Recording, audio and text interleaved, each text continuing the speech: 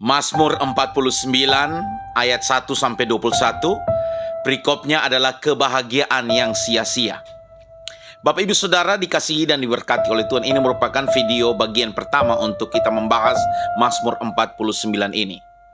Entah kaya atau miskin, Mazmur ini datang kepada kita. Peruntukan untuk setiap orang yang kaya dan miskin. Di ayat 2 dan 3 dikatakan, dengarlah hai bangsa-bangsa sekalian, pasanglah telinga hai semua penduduk dunia, baik yang hina maupun yang mulia, baik yang kaya maupun yang miskin bersama-sama. Bapak Ibu Saudara, di dalam Mazmur 49 ini pemazmur mau mengingatkan kepada semua penduduk dunia, baik engkau kaya ataupun miskin, Mazmur ini untuk kita.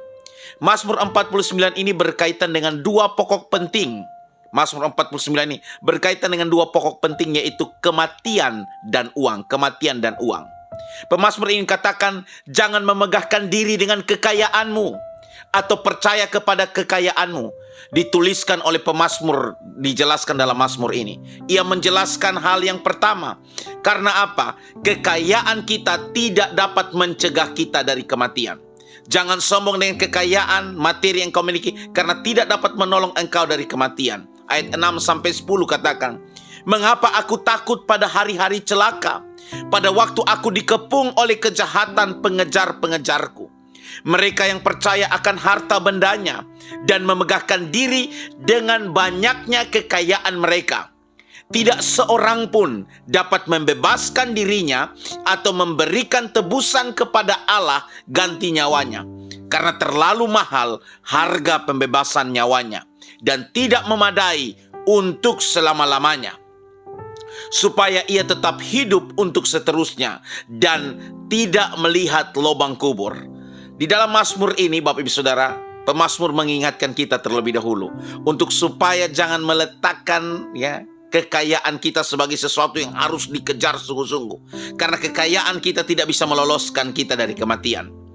Ratu Elizabeth pertama, ketika sedang mengalami sekarat, ia berkata, semua milikku hanya untuk sesaat. Ini Ratu Inggris besar, Bapak Ibu Saudara. Dia katakan, semua milikku hanya untuk sesaat ketika dia dalam keadaan sekarat. Meskipun uang dapat membeli obat, uang dapat membeli mungkin bantuan profesional, uang tidak dapat membeli Tuhan ketika malaikat maut datang menjemput kita. Melalui Mazmur ini mengingatkan saya dan Bapak Ibu Saudara. Sebagaimana juga firman Tuhan Yesus sendiri berkata di dalam Matius 16 ayat 26. Apa gunanya seorang memperoleh seluruh dunia tetapi kehilangan nyawanya? Dan apakah yang dapat diberikannya sebagai ganti nyawanya? Bapak Ibu Saudara, Anda kaya seperti apapun, kekayaan itu tidak dapat engkau pakai untuk menyogok Tuhan, meloloskan engkau dari kematian. Di dalam terjemahan sederhana Indonesia Matius 16 ayat 26 dikatakan demikian, pikirkanlah, kalau akhirnya kamu mati juga, apa gunanya kamu menjadi kaya sampai memiliki seluruh harta di dunia? Harta sebanyak apapun tidak bisa membeli hidup yang kekal. Karena itu mari Bapak Ibu Saudara, jangan sampai hanya mengejar harta dunia, kita lupa waktu dengan Tuhan, kita lupa waktu dengan keluarga. Kita tahu bersama Bapak Ibu Saudara bahwa di dalam budaya orang Yahudi, orang yang telah meninggal itu pasti akan dikafani, akan dibungkus dengan kain kafan. Sehingga ada pepatah Yahudi juga mengatakan bahwa tidak ada saku di dalam kain kafan. Artinya pepatah Yahudi ini ingin mengatakan tidak ada saku di dalam kain kafan. Artinya bahwa kita mati, kita tidak bawa apa-apa. Kita mati tidak bawa apa-apa, Bapak Ibu Saudara. Sehingga Raja Salomo pun berbicara di hari tuanya tentang kekayaan itu justru terkadang membawa malapetaka. Kekayaan itu membawa musibah bagi diri kita sendiri, dan kita mati tidak bawa apa-apa. Di dalam Pengkhotbah pasal 5 ayat 12 sampai ayat yang ke-15. Ada kemalangan yang menyedihkan kulihat di bawah matahari.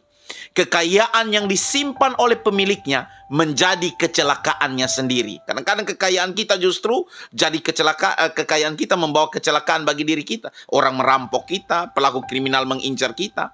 Ayat 13 berkata, dan kekayaan itu binasa oleh kemalangan. Mungkin ada bencana, sehingga tak ada suatu pun padanya untuk anaknya.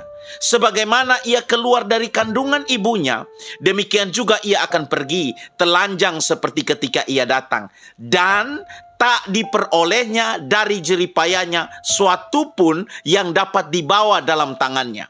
Ini pun kemalangan yang menyedihkan. Sebagaimana ia datang, demikian pun ia akan pergi. Dan apakah keuntungan orang tadi yang telah berlelah-lelah menjaring angin? Jadi Bapak Saudara, kalau kita hanya terlalu mengejar kekayaan sampai tidak ada waktu untuk Tuhan, tidak ada waktu untuk keluarga, Salomo bilang itu seperti engkau berlelah-lelah menjaring angin. Engkau bisa tangkap angin, tidak dapat. Sehingga ada sebuah ungkapan berkata demikian, kegigihan untuk meraih kekayaan lebih banyak seringkali membuat kita lupa bahwa hari besok belum tentu kita jalani. Kita terlalu termotivasi kejar kekayaan sampai kita lupa bahwa belum tentu besok kita bisa jalani hari besok. Mazmur ini mengajarkan kepada kita bahwa kekayaan kita tidak dapat mencegah kita dari kematian. Karena itu mari kita renungkan baik-baik bagaimana waktu kita dengan Tuhan. Mari Bapak Ibu Saudara, Anda memperoleh kekayaan sebesar apapun, ingatlah, kekayaanmu itu tidak dapat mencegah kita dari kematian. Karena itu mari Bapak Ibu Saudara kita menjadi pribadi bijaksana, menjaga hubungan pribadi kita dengan Tuhan, mendekatkan diri kepada Tuhan, melekatkan jiwa kita hanya kepada Tuhan, bukan kepada sesuatu yang ada di dunia yang fana, yang sementara ini. Kiranya renungan ini boleh memberkati kita semua. Tuhan Yesus memberkati. Shalom.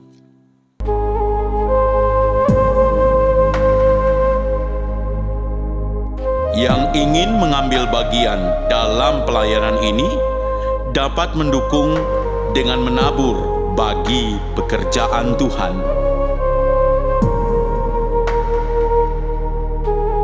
Tuhan Yesus memberkati setiap taburan dan juga melipat gandakannya.